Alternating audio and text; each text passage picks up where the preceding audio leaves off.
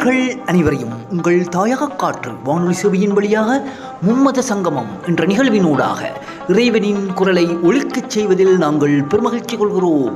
இன்று நாம் பார்க்கப் போவது ஒன்றே குலம் ஒருவனே தேவன். ஒன்றேயான இறைவனை அடைவதற்கு உலகத்தில் அநேக மதங்கள் இருக்கின்றன. அந்த மதங்களுக்கு இருபெரும் வழிகளை இறைவன் கொடுத்திருக்கிறான். அது எந்த மதமாக இருந்தாலும் சரி, அந்த மதத்துக்கு தன்னை அடைவதற்காக இறைவன் இருபெரும் வழியை கொடுத்திருக்கிறான். ஒன்று, நீ இன்று உலகத்துக்கு வந்துவிட்டாய், அதனால் தொடக்கம் என்ற ஒன்றின் வழியாக நீ பிரவேசித்து இறைவனை அடையலாம். முடிவு என்ற வழியாக பிரவேசித்து நீ இறைவனை அடையலாம். அதுதான் நித்தியம். இந்த தொடக்கம் முடிவுங்கிற முடிச்சிலிருந்து நீ வெளியே வந்துட்டா தான் இறைவனை அடைய முடியும். ஒன்று தொடக்கத்தின் வழியாக நீ பிரவேசித்து இறைவனை அடையணும், இல்லை முடிவின் வழியாக பிரவேசித்து இறைவனை அடையணும். இந்த ரெண்டு வழி தான். அதனால தான் இந்து மதத்தில் சிவன் கோயில் எடுத்து பாருங்கள், முதல் இடத்துனா பிள்ளையார் இருப்பார், அவரை தான் தொடக்கம்னு சொல்லுவாங்க. வெளியே வந்து கோயிலுக்கு போயிட்டு இறைவனை தரிசித்து வெளியே வரும்போது பாருங்கள் முருகன் இருப்பார். இந்த ரெண்டு வழி தான், ஒன்று பிள்ளையார் வழி, இன்னொன்று முருகன் வழி.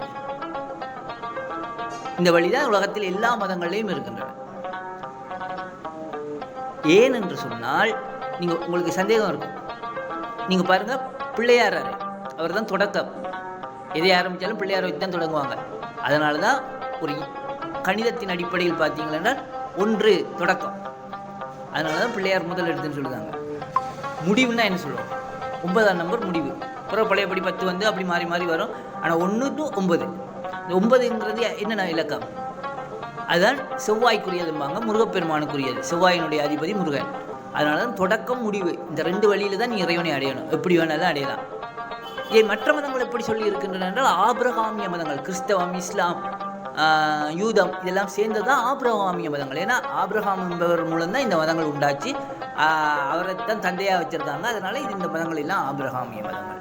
அல்லா திருமறை குரான் சொல்ல இந்த மதங்கள் எல்லாம் ஒன்றுபடுத்த வேணும் அப்படின்னு தான் சொல்லியிருக்காங்க திருமறை குரான்ல. இந்த ஆபிரகாமிய மதங்களில் நீங்கள் பார்த்தீங்கன்னு சொன்னால் இஸ்லாம் மதம் இருக்கு பாருங்க. இந்த இஸ்லாம் மதம் என்பது பிள்ளையார் வழி கொண்டு இறைவனை அடையக்கூடிய மதம். யூத மதம் இருக்கு பாருங்க, அது முருகனின் வழி கொண்டு இறைவனை அடையக்கூடிய வழி சொல்லக்கூடிய மதம். என்னடா இப்படி சொல்றாங்களே அப்படின்னு நீங்க நினைக்க வேண்டாம். நீங்க பார்த்தீங்கன்னா இஸ்லாமை எடுத்து பார்த்தீர்களானால் அது பிள்ளையாருக்குரிய அம்சத்தை முழுமையாக கொண்டிருப்பதை நீங்கள் அறிய முடியும். ஏன்னு சொன்னால், இஸ்லாம் மதம் ஆரம்பிக்கப்பட்ட ஆண்டுன்னு சொல்லப்படக்கூடியது யானைகள் வருடத்தில் இஸ்லாம் மதம் ஆரம்பிக்கப்படுது. அதே போல அந்த இஸ்லாமுடைய ஆண்டு யானைகள் வருடத்தில் தான் தொடங்குது. அதே போல முகமது நபி அவர்கள் பிறந்ததும் அந்த யானைகள் வருடத்தில் தான் நடந்திருக்கு.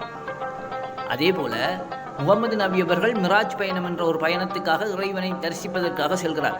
அப்பொழுது அந்த சூரத்துல் முந்தகான்னு சொல்லி ஒரு இலந்தை மரத்தை பார்க்கலாம். அந்த இளந்த மரம் அங்கிட்டு இங்கிட்டு யானை போல் அசைவதாக கண்டார். இறைவனை காண்றதுக்கு முன்னாடி தான் கண்டிருக்காரு. ஒரு யானையினுடைய தரிசனத்தை தான் பெற்றிருக்காரு அப்படின்னு சொல்லி ஹதீஸில் தெளிவான வசனங்கள் இருக்கு. அப்படி பிள்ளையார் வழி கொண்டு இறைவனை அடைகிறதுக்காக முயற்சி செய்கிற கூட்டம் தான் முஸ்லிம்கள். அதே போல் யூதர்கள் பார்த்தீங்கன்னா நீங்கள் முருகப்பெருமான் வழி கொண்டு, அதாவது அந்த முருகப்பெருமானின் வழி கொண்டு இறைவனை அடையக்கூடிய கூட்டம். அதனால தான் யூதர்களின் இன்றைய கொடியே முருகப்பெருமானின் ஓம் சரவணவை தான் வச்சுருக்காங்க.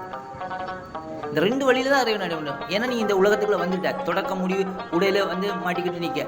ஒன்று இறைவனை அடையணும்னு தொடக்கத்தின் வழி கொண்டு பிள்ளையார் வழி கொண்டு நீ அடையணும், இல்லை முடிவின் வழி கொண்டு முருகன் வழி கொண்டு அடையணும். இந்த ரெண்டு வழி தான்.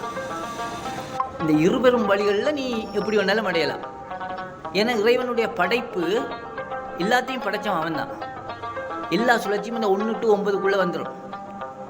அதனால தான் அல்லாஹ்க்கு பேர் சொல்லும் பொழுது 99 பேரும்பாங்க. அதே போல் இந்து மதத்தில் இறைவனுடைய பேர் 108 நாமாவளி, 1008 நாமாவளி, எல்லாமே 9 என்ற கூட்டுத்தொகை தான் சொல்லுவாங்க. இந்த இறைவனின் முழுமையை குறிப்பதற்காக உள்ள அடையாளங்கள். இவ்வாறு அந்த ஒன்றேயான இறைவன் எல்லாற்றையும் படைத்தான். அந்த படைப்பின் வெளிப்பாடு இந்த 1 to 9க்குள்ள அடங்கிடும். ஆனால் இறைவன் அதை தாண்டி இருக்கிறான். அவனை அடையணும்னு சொன்னால் இந்த பிள்ளையார் வழி கொண்டு முருகன் வழி கொண்டு தான் நீங்கள் அடைய முடியும். அந்த பிள்ளையார் முருகன் என்பதே ஒரு உவமையாக சொல்லப்படக்கூடியது. அதுதான் ஒளி ஒலி என்கிற சத்தத்தையும் குறிக்கக்கூடியது. இந்த ஒளி என்பது பிள்ளையாரை குறிக்கக்கூடியது, ஒலி என்கிறது முருகனை குறிக்கக்கூடியது. அந்த ஒளியின் ஒளி இந்த ரெண்டு தான் இந்த உலகம் தோன்ற எல்லாத்துக்குமே காரணம். அதன் நிமித்தம் நீங்கள் இறைவனை அடைவதற்கான இருபெரும் வழிகளை இது சொல்லுகின்றன. இவ்வாறு இறைவன் எல்லா மதங்களிலும் இந்த தன்னை அடைவதற்காக இந்த இருபெரும் வழியை வைத்திருக்கிறான் என்பதை இந்த மறைபொருள் உண்மை கொண்டு உங்களுக்கு இறைவனின் குரலாக நாங்கள் மும்மத சங்கமன் நிகழ்வின் மூலம் வெளிப்படுத்துகிறோம். இதை அறிந்து நாம் அனைவரும் அந்த இறைவனின் படைப்புகள் அந்த இறைவனை அடைவதற்கு இருபெரும் வழிகளை இறைவன் கொடுத்திருக்கிறான்.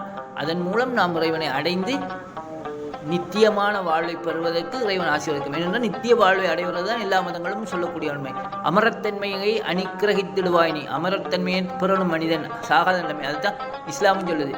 சொர்க்கத்தின் நிலையான சொர்க்கங்கள் உண்டு.